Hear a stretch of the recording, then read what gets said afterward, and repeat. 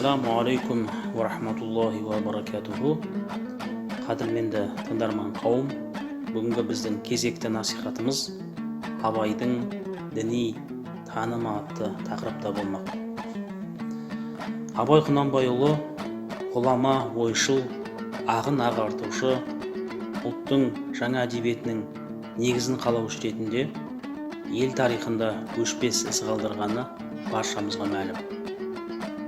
Оның өлеңдері мен қара сөздерінде ұлтымыздың болмысы, бітім тіршілігі, дүние танымы, діні мен ділі, жалпы рухы көрініс тауып, кейін Абай әлемі деген бірегей құбылыс ретінде бағаланды. Абайдың шығармаларына зер салып қарасақ, оның үнемі елдің алға жылжуына, өсу өркендеуіне шын ниетімен төлеулес болғанын, осы идеяны барынша дәріптеген байқаймыз.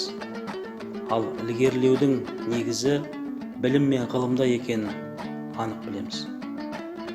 Абай атамыз қазақтың дамылсыз оқып үйренгенін бар жан тәнімен қалады.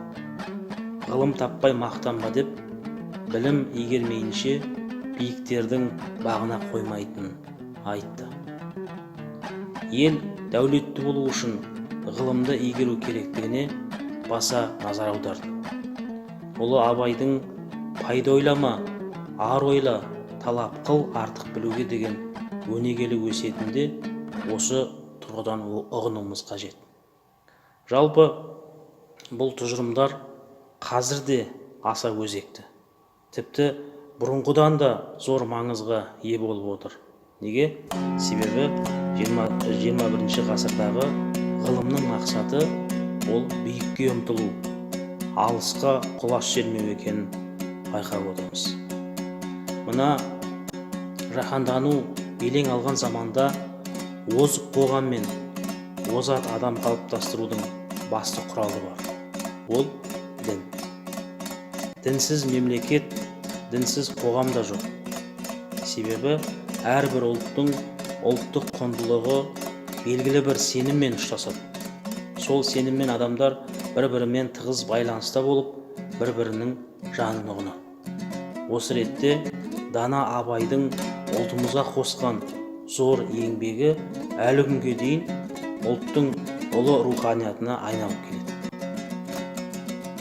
Кез келген қазақ сөзіне Абайдың сөзін арқау етіп әсемдеп жатады.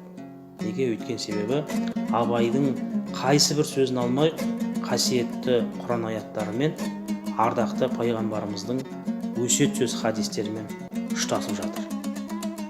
Хакім Абайдың шығармалары оның ислам шариғатымен өмір сүрген мұсылман, иман негіздеріне сенген мүмин екенін көрсетеді.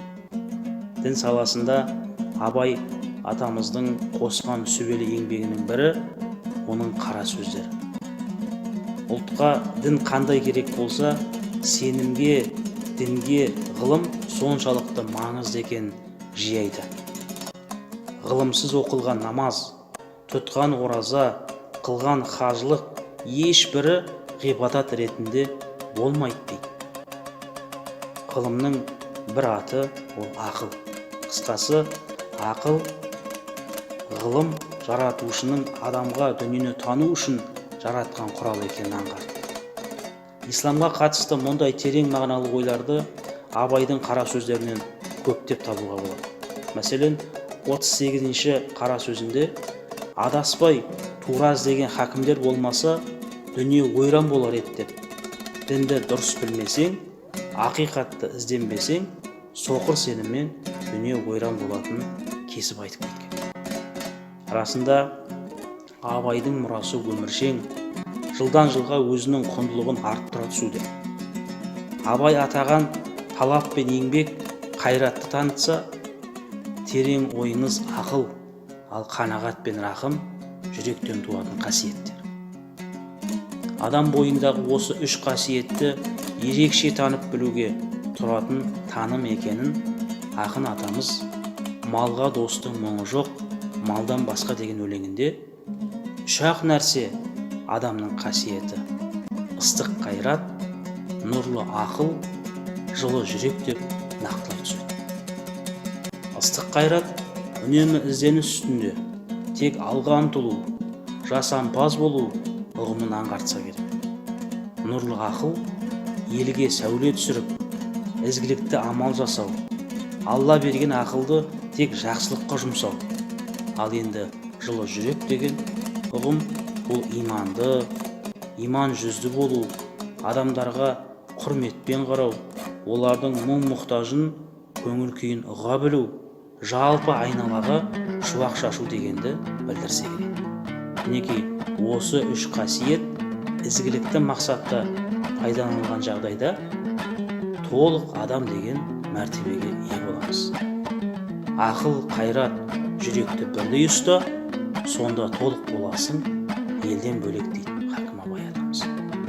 Олай болса, Абай үшін дүниенің басты құндылығы адам, жай ғана адам емес, рухани тұрғыда кемелденген толық адам. Бір кездері еңбектерін аударған неміс ойшылы Гете өзі үшін ғана еңбектеген адам азап шегеді.